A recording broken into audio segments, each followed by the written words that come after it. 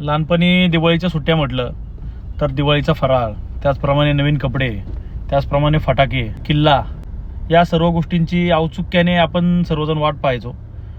मात्र आता तुम्ही पहा की फटाके आता कितीही वाटेल तेवढे फटाके वाजवू शकतो.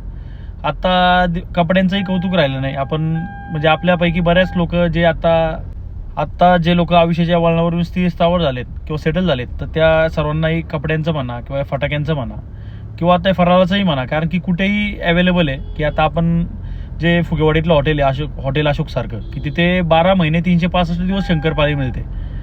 तर त्यामुळे त्या गोष्टींचंही कौतुक राहिलं नाही, कारण की त्या गोष्टी अवेलेबल आहेत. पण जेव्हा त्या गोष्टी अवेलेबल नव्हत्या तेव्हा जो फटाक्यांची जी माळ असते, आपण त्याला लहानपणी लढ म्हणायचो, तर त्या लढमधला एक एक फटाका काढून की तो आपण महिनाभर वाजवायचो. किंवा ज्या टिकल्या असतात बंदुकीमधल्या, तर त्या आपण दगडांनी ठेचून त्या फोडायचो.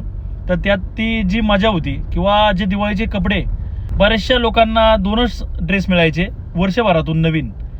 अर्थात आताही काही लोकांची ती परिस्थिती असेल, काळ वेळानुसार ती बदलेल.